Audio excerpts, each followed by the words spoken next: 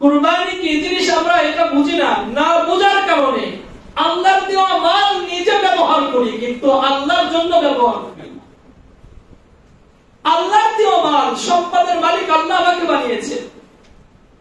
বর্তমান এবার স্বর্ণের দাম হিসেবে 90 থেকে 1 লক্ষ টাকার মালিক যারা আছে, কুরবানির ওই 3 দিনে মালিক থাকবে, তাদের উপরেই কুরবানি করা উচিত হবে। কুরবানি না করলে ওয়াজিব তরকের গুনাহ হবে। তাদের ব্যাপারে নবীজি বলেন, মাল দিয়েছি কুরবানি করলা না, তোমার জন্য আমার ঈদগাহে আসার কোনো দরকার নাই, তুমি বকিল বাড়িতেই থাকো। সমাজে অনেক মানুষ রয়েছে বিভিন্ন অজুহাত দেয়, অনেক অজুহাত আমাদের সামনে পেশ করে, দিনা দেখায়, হুজুর এই দিনা সেই দিনা, এই সমস্যা ও সমস্যা, কত ধরনের সমস্যা দেখায়। আরে ভাই, দুনিয়ার সব মানুষকে সব অজুহাত দেখানো যায়, মুখের কথা আমরা বিশ্বাস করি, কিন্তু তোমার দিল তো তোমার মালিক দেখতেছে, তোমার অন্তরের মধ্যে কি কাজ করতেছে, তুমি কি কারণে আল্লাহর জন্য কুরবানি করতেছো না, দুনিয়ার কেউ না জানলে কে জানে? আল্লাহ সেটা ভালো করে জানে। তুমি কত টাকার দিনা আছো, কোথায় তোমার টাকা রাখা আছে, ব্যাংকে তোমার টাকা রাখা আছে না নাই সেটা আল্লাহ জানে, কেউ না জানলো। জমি রাখা আছে না নাই কেউ না জানলো, আল্লাহ তাআলা তো জানে। তুমি দিনা আছো না নাও নাই সেটা কেউ না জানলে আল্লাহ তো ভালো জানে। সব কিছুর খবর আল্লাহ তাআলার কাছে আছে, গোপন কোনো বিষয় আল্লাহ তাআলার কাছে নাই। দুনিয়ার সমাজকে ধোঁকা দেওয়া সম্ভব, দুনিয়ার সমাজকে ভুল বোঝানো সম্ভব, এক আল্লাহ তাআলার কাছে কোনো ধোঁকাবাজি চলে না, কোনো ভুল বুঝাবুঝি চলে না। তিনি জবান আর দিল দুটো মিলেই তো আল্লাহ তাআলা বান্দার প্রতিদান দিবেন। কুরবানির পশুর প্রতিটি পশমের বিনিময়ে আল্লাহ তাআলা একটি করে নেকি দান করেন। সাহাবীরা প্রশ্ন করেছিলেন, ইয়া রাসূলুল্লাহ, যারা দেশ যেগুলো আছে এর পশমের বিনিময়ে কি আল্লাহ নেকি দিবেন?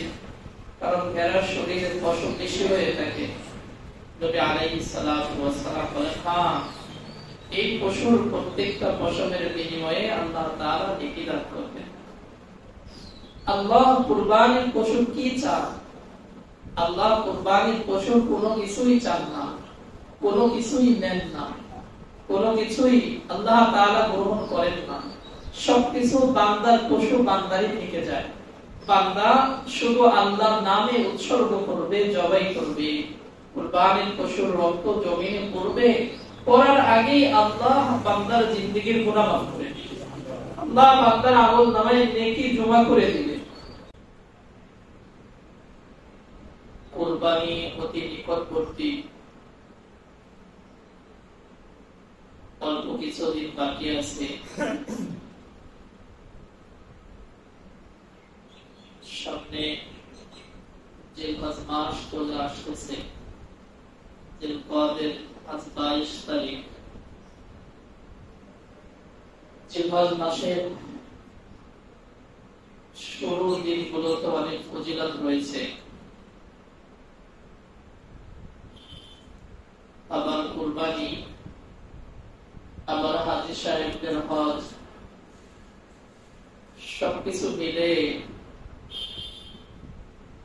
বড় একটা ফজিলতপূর্ণ মাস আমাদের সামনে আসতেছে। আগে থেকে নিয়ে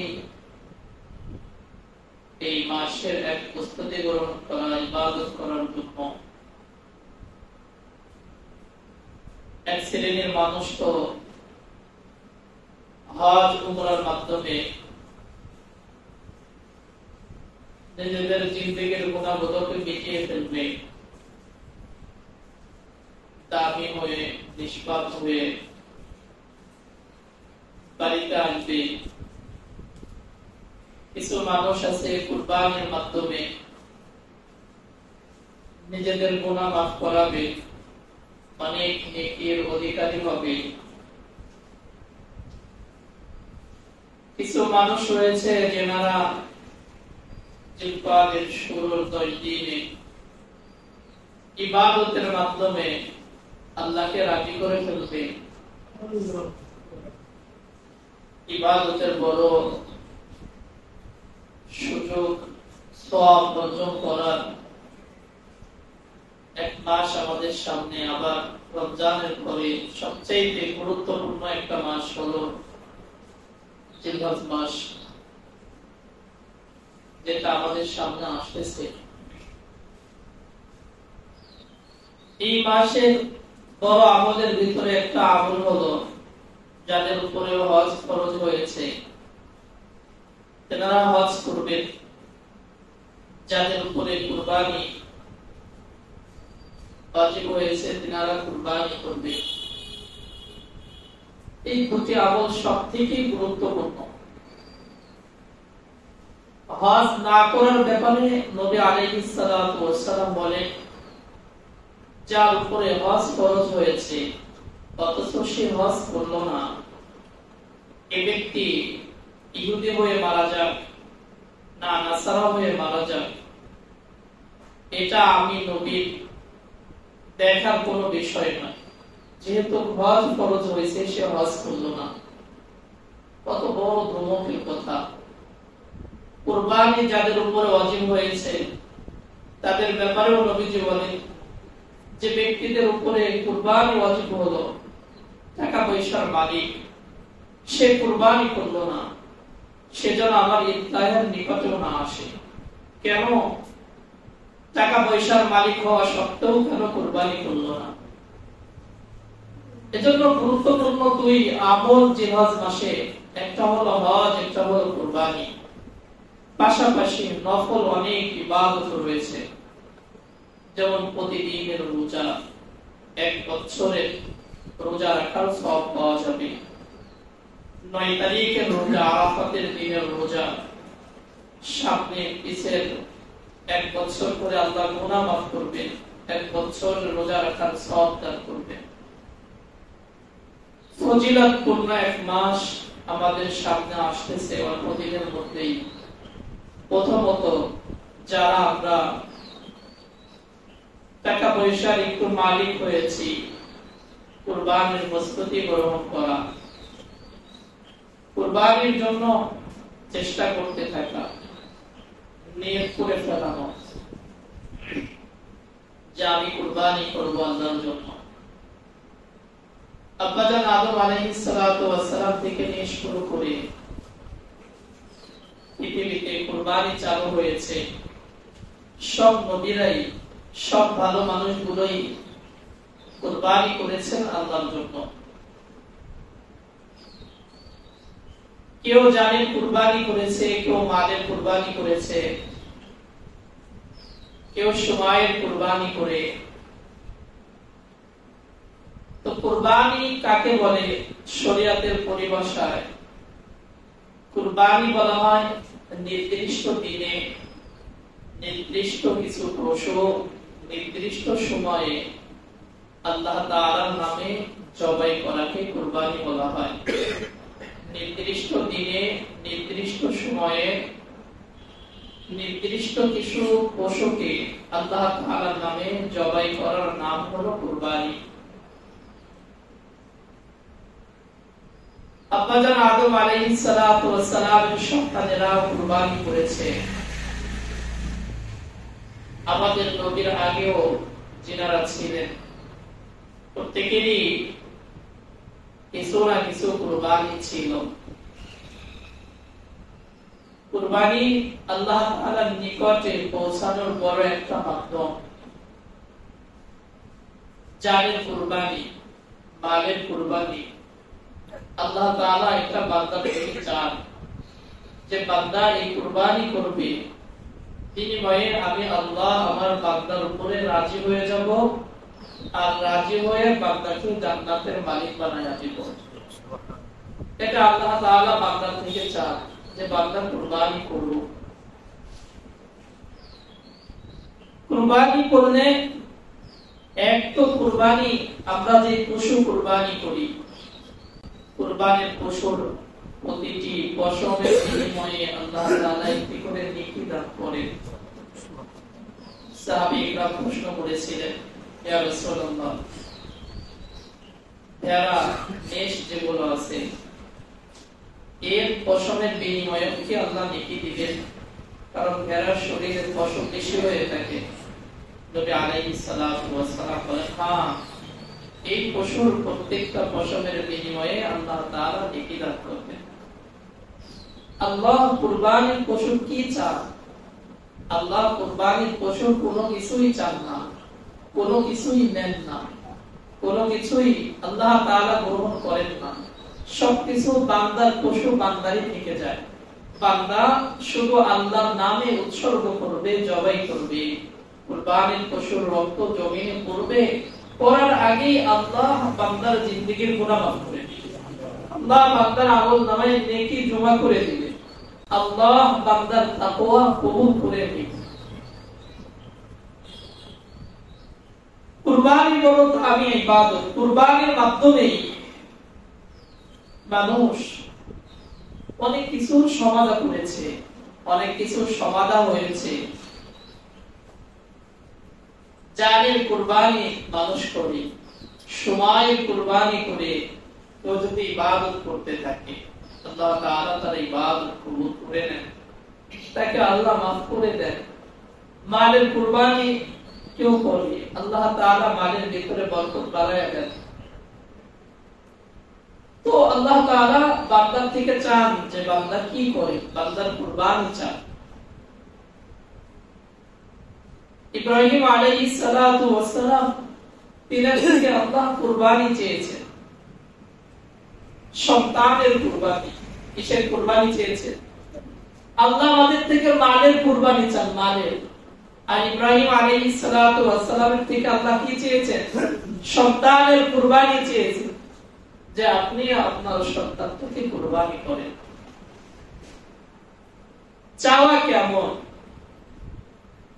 চেয়েছেন যে সন্তানের কুরবানি, যার কাছে চেয়েছেন তিনিও দেওয়ার জন্য প্রস্তুত হয়ে গেছেন। সুবহানাল্লাহ। কেন? বল কথা হলো, সন্তান তো আমার না, মাল তো আমার না। সন্তান কে দান করেন? আল্লাহ দান করেন। মাল কে দান করছেন? আল্লাহ দান করছেন। তো মাল আল্লাহ দান করেছেন, আল্লাহর মাল আল্লাহ চেয়েছেন, আল্লাহর জন্য দিয়ে দিলাম। সন্তান আল্লাহ দিয়েছেন, আল্লাহ চেয়েছেন সন্তানের কুরবানি, সন্তানটাকে আল্লাহর জন্য কুরবানি করে দিলাম। সব কিছুর মূলে হলো আল্লাহকে রাজি করা। সব কিছুর মূলে কি? আল্লাহকে রাজি করা। এই মাল আমার না, এই সম্পদ আমার না, ছেলে মেয়ে আমার না, সব কিছু আল্লাহর পক্ষ থেকে আমানত হিসেবে আল্লাহ আমাকে দিয়েছেন। কোন কিছুর মালিক আমি না, মূল মালিক আল্লাহ তাআলা। আমাকে কয়েকটা দিন আমানতদার হিসেবে ব্যবহারের অনুমতি দিয়েছেন। ব্যবহারের অনুমতি আল্লাহ তাআলা আমাকে দিয়েছেন। সন্তানের মালিক আমাকে বানিয়েছেন, কিন্তু মূল মালিক আল্লাহ তাআলা। সন্তানের মালিক আমাকে বানায়া সন্তানের দেখভাল করা, তাকে সঠিক পথে পরিচালনা করার এক জিম্মাদারি আমাকে দিয়ে দিয়েছেন। আমার থেকে এই জিম্মাদারি সম্পর্কে আবার আল্লাহ বুঝে নেবেন। ছেলে মেয়ে তোমাকে দিয়েছিলাম, এদেরকে সঠিক পথে তুমি পরিচালনা করছো কিনা। মালের মালিক তোমাকে আমি বানিয়েছিলাম, এই মাল সঠিক পথে তুমি ব্যয় করেছো কিনা, সঠিক পথে খরচ করেছো কিনা। এটা আল্লাহ তাআলা বান্দাকে দিয়েছেন, আবার বান্দার থেকে নিবেন। এর একটা পরীক্ষা আল্লাহ তাআলা বান্দাকে করার জন্যই আল্লাহ তাআলা দুনিয়াতে মালের মালিক আল্লাহ তাআলা দুনিয়াবাসীকে করেন, সন্তানের মালিক দুনিয়াবাসীকে করেন। আল্লাহ বিনিময়ে কি চান? আল্লাহ বিনিময়ে বান্দাকে একটা পরীক্ষার মাধ্যমে বান্দাকে বড় ধরনের এক নিয়ামত দিবেন, পুরস্কার দিবেন। এজন্যই আল্লাহ তাআলা সবকিছুর পরোক্ষ এক মালিক দুনিয়াতে বান্দাকে বানিয়েছেন। আমি দিলাম, আমাকে ফেরত দিবা, বিনিময়ে তোমাকে জান্নাতের মালিক বানাবো। আমার আপনার নবী মুহাম্মদুর রাসূলুল্লাহ সাল্লাল্লাহু আলাইহি ওয়াসাল্লাম, তিনার দাদা যান আব্দুল মুত্তালিব, মক্কার মানুষেরা কিছু নিফাকি দেলওয়ালা মানুষ, খারাপ চরিত্রের কিছু মানুষ, যে জমজমের পানি পবিত্র এক পানি, আমরা অহংকারের সাথে, গর্বের সাথে, তৃপ্তি সহকারে পান করে থাকি, বড় মহব্বতের সাথে। এই পানি, এই জমজম কূপের পানি, এটাকে এক শ্রেণীর মানুষেরা নষ্ট করে দেওয়ার কারণে, নাপাক করে দেওয়ার কারণে আল্লাহ তাআলা রাগ হয়ে এই জমজম কূপটাকে পানি দ্বারা ভরত করে দিয়ে দুনিয়ার থেকে বিচ্ছিন্ন করে রেখেছিলেন আল্লাহ তাআলা। জমজম কূপ কোথায়, এর কোন চিহ্নও ছিল না, কেউ খুঁজে পান না জমজম কূপ কোথায়। নবী আলাইহিস সালাতু ওয়াস সালামের দাদাজান আব্দুল মুত্তালিব জমজম কূপের এক মহব্বত তার অন্তরের মধ্যে, এত সুন্দর পবিত্র পানি, এই পানিকে তালাশ করার জন্য, খোঁজার জন্য তিনি মাটি খনন করতেছিলেন। মাটি খনন করে করে তালাশ করতেছেন কোথায়। কুরাইশের লোকজনেরা আব্দুল মুত্তালিবকে বাধা দিল যে তুমি এই কাজ করতে পারবে না। আব্দুল মুত্তালিব অসহায় হয়ে আল্লাহ তাআলার নামে মান্যত করলেন। কি মান্যত করলেন? আব্দুল মুত্তালিব মান্যত করলেন, আল্লাহ আপনি যদি আমাকে 10টি সন্তানের মালিক বানান। কয়টি সন্তান? আমাকে যদি 10টা পুত্র সন্তান দান করেন, আর আমার এই সন্তানগুলো যদি আমার এই কাজে যদি সহযোগিতা করার উপযুক্ত যদি হয়, সবল যদি হয়, যুবক যদি হয়, আমার এই কাজে কুরাইশরা আমাকে এই ভালো কাজ করতে বাধা দিল, আজ আমি নিরুপায়, আমার সন্তানগুলো 10টি সন্তান যদি আমার পাশে দাঁড়ায় যদি এই কাজে যদি আমাকে সহযোগিতা করার উপযুক্ত হয়, আমার 10 সন্তানের মধ্যে একটা সন্তানকে আপনার জন্য কুরবানি করে দিন। কি মান্যত করলেন? 10 সন্তানের একটা সন্তান আল্লাহ আপনার জন্য কুরবানি করে দিব, আপনি যদি আমাকে 10টা ছেলের মালিক বানান। আল্লাহ তাআলা আব্দুল মুত্তালিবকে 10টা সন্তানের মালিক বানাইলেন। 10 সন্তান। এই 10 সন্তান যখন বড় হয়েছে, তার সব কাজে সহযোগিতা করতে পারে, যুবক হয়ে গেছে, তখন চিন্তা করলেন যে আমি তো আল্লাহর জন্য আল্লাহর নামে মান্যত করেছিলাম, আমার 10টা পুত্র সন্তানের মধ্য থেকে একটাকে আল্লাহর জন্য কুরবানি করব। তো এখন তো মান্যত পুরা করার সময়, কি করা যায়? 10 সন্তানকে নিয়ে পরামর্শ করলেন যে আমি তো আল্লাহ তাআলার কাছে ওয়াদাবদ্ধ মান্যত করেছি যে তোমরা 10 জন আমার পুত্র সন্তান, তোমাদের মধ্য থেকে কোন একজনকে আমি আল্লাহর জন্য কুরবানি করতে চাই, তোমরা কি বলো? নবীর বংশ কেমন দেখেন। আব্বাজান খলিলুল্লাহ তো এই কথা ইসমাঈলকে বলেছিলেন যে আমি স্বপ্নে দেখেছি তোমাকে জবাই করতেছি, তুমি কি বলো? ইসমাঈল আলাইহিস সালামের জবাব তৈরি চাইছিল, আপনি যেটা দেখেছেন সেটাই বাস্তবায়ন করেন, আমাকে ধৈর্যশীলদের মধ্য থেকেই পাবেন, আমি ধৈর্য ধারণ করব। আব্দুল মুত্তালিব এই কথা বলছেন, বলার সাথে সাথে 10 সন্তান একসাথেই বলে উঠছেন, আপনি যেভাবে যা করতে চান সেভাবে করেন, আপনি শুধু আমাদেরকে বলেন আমরা 10 ভাই আপনার জন্য কি করতে পারি। আপনি যে আমাদের মধ্য থেকে এক ভাইকে জবাই করতে চান, আল্লাহর জন্য কুরবানি করতে চান, আমরা কি সহযোগিতা আপনাকে করতে পারি? আব্দুল মুত্তালিব বললেন, তোমরা 10 ভাই 10টা তীরের মাথায় 10টা তীরের নাম লিখে, যার যার নাম লিখে আমার কাছে জমা দাও। কাকে জবাই করবে 10 ভাইয়ের মধ্য থেকে? লটারি করলেন, 10 ভাই 10টা তীরের মধ্যে তাদের নাম লিখে দিল। তৎকালীন সময়ে কাবা গৃহের মধ্যে তো কাবার মধ্যে মূর্তি ছিল। এই 10 ভাইয়ের 10টা তীর নিয়ে আব্দুল মুত্তালিব কাবার ভিতরে ঢুকলেন। কাবার ভিতরে এক মূর্তি ছিল, নাম হলো হুবাল। এই মূর্তির সামনে তীর রাখা থাকতো সদা সর্বদয়, যে তীর তারা টেনে নিজেদের ভাগ্য নির্ধারণ করত। সেখানে তীরগুলো রাখলেন। রাখার পরে তীর টানার দায়িত্বে যারা ছিল তাদেরকে আব্দুল মুত্তালিব নিজের কথাগুলো খুলে বললেন যে আমি আল্লাহর জন্য মান্যত করেছিলাম যে আমার 10 সন্তানের একটা সন্তানকে আমি আল্লাহর জন্য কুরবানি করব। যদি জমজম কূপ খননের কাজে আমার সন্তানগুলো সাহায্য করতে পারে আমাকে। তো তীর যখন টানা হলো, আব্দুল মুত্তালিব আল্লাহ তাআলার কাছে দোয়া করতেছেন। এই দোয়ার মধ্যে মনে মনে এক দোয়া ছিল, নবী আলাইহিস সালাতু ওয়াস সালামের পিতা আব্দুল্লাহ, এই আব্দুল্লাহর ব্যাপারে দোয়া করতেছিলেন। আল্লাহ, আব্দুল্লাহ ছিলেন একবারে সবচেয়ে 10 ভাইয়ের মধ্যে ছোট ভাই, ছোট পুত্র ছিলেন নবীজির পিতা। নবীজির পিতা সবচেয়ে বেশি সুদর্শন ছিলেন। আব্দুল মুত্তালিবের 10 ছেলের মধ্যে সবচেয়ে সুন্দর ছিলেন নবীজির পিতা। দেখতেও, বাচন ভঙ্গিতে, সব দিক দিয়েই মায়াবী ছিলেন নবীজির বাবা। কারণ বিশ্ব নবীর বাবা তো সবচেয়ে সুন্দর। আব্দুল মুত্তালিব কাবার পাশে দাঁড়ায় দোয়া করতেছেন, আল্লাহ, আমার ছোট ছেলেটার নাম যেন তীরে না ওঠে। ওর নামটা যদি ওঠে তাহলে তো ওকে কুরবানি করতে হবে। কিন্তু ঘটনা এমনই, আব্দুল মুত্তালিবের নাম উঠে আসছে কুরবানির জন্য। লটারি হয়েছে 10 ভাইয়ের মধ্যে কাকে কুরবানি করা হবে। নাম উঠে আসছে কার? আব্দুল্লাহর নাম উঠে আসছে, যিনি নবীজির পিতা।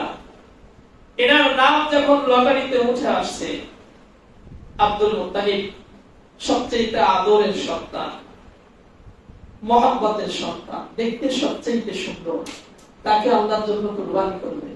তাও ভিতরে কোনো দ্বিধা নাই, ভিতরে কোনো কষ্ট নাই। আল্লাহর জন্য নাম আসছে লটারির মাধ্যমে, জবাই করার জন্য ছোড়া নিছেন। আব্দুল্লাহকে সাথে নিয়ে যাইতেছে জবাই করবে। কুরাইশের লোকজন এই অবস্থা দেখে আব্দুল মুত্তালিবকে বলতেছে, কি করতে চাইতেছো? তুমি এত সুন্দর একটা ছেলেকে জবাই করে দিবা? এটা করার দরকার নাই, আমরা এর পরিবর্তে মুক্তিপণ দিয়ে দিই। আমরা এর পরিবর্তে মুক্তিপণ দিয়ে দেই, বিনিময়ে একে জবাই করো না। মুক্তিপণ কি দেওয়া যায় এই নিয়ে পরামর্শ হলো। তৎকালীন সময়ে তাদের জামানায় এক ব্যক্তি ছিল, গণক টাইপের। সবাই পরামর্শ দিত, তার সাথে একটু যোগাযোগ করো, সে কি পরামর্শ দেয়। জিনের মাধ্যমে অনেক কথাই বলে দিত, তার সাথে পরামর্শ করা হলো। সে বলল, মক্কার মধ্যে মুক্তিপণ হিসেবে একজনের জানের বিনিময়ে কতটা মাল দিতে হয়, কতটা উট দিতে হয়, এটা আমাকে জানাও। মক্কার মানুষেরা বলল, একজনের জানের বিনিময়ে 10টা উট দিতে হয়। জানের বিনিময়ে জান, জানের বিনিময়ে কি? জান। আমি আপনাকে হত্যা করে ফেলেছি, বিনিময়ে আপনার ফ্যামিলির লোকজন তারা হক রাখে আমাকে হত্যা করতে। এখন আপনারা যদি রাজি হন যে এ আমার ফ্যামিলির লোকজন আপনাদেরকে মাল দিয়ে দিবে, বিনিময়ে হত্যা করবেন না, তাহলে মাল কি পরিমাণে দিবে? কমসে কম 10 উট পরিমাণ মাল দিতে হবে, বা 10টা উট দিতে হবে। একথা জানানো হলো। এখন এই লোক পরামর্শ দিলেন যে আবার লটারি করো। লটারির মধ্যে প্রথমত 10টা উট এর মুক্তিপণ হিসেবে কাবার চত্বরে তোমরা মুক্তিপণ হিসেবে হাজির করো। এরপর লটারিতে আব্দুল্লাহর নাম লেখো, এরপর আরেকটা লটারিতে উটের নাম লেখো মুক্তিপণ হিসেবে। এই লটারির মধ্যে যদি আব্দুল্লাহর নাম উঠে আসে তাহলে মুক্তিপণ হিসেবে আবার 10টা উট দিয়ে দাও।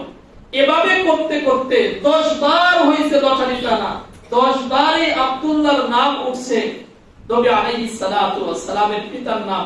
প্রতিবারই আব্দুল মুত্তালিব 10টা করে উট দিয়ে দিয়েছে তার জানের বিনিময়ে।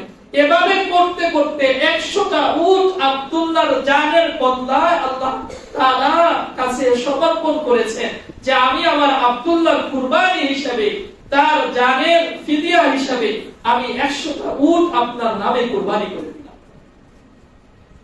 আসলে তো আল্লাহ তাআলা তো আব্দুল্লাহর ঔরসেই আল্লাহ তাআলা মুহাম্মদুর রাসূলুল্লাহ সাল্লাল্লাহু আলাইহি ওয়াসাল্লামকে দুনিয়ায় পাঠাবেন। তিনি যদি কুরবানি হয়ে যান, নবী আসবে কার ঔরসে? আসলে আমরা কুরবানি কি জিনিস এটা বুঝি না। কুরবানি কি জিনিস আমরা এটা বুঝি না। না বোঝার কারণে আল্লাহর দেওয়া মাল নিজে ব্যবহার করি, কিন্তু আল্লাহর জন্য ব্যবহার করি। আল্লাহর দেওয়া মাল, সম্পদের মালিক আল্লাহ আমাকে বানিয়েছে।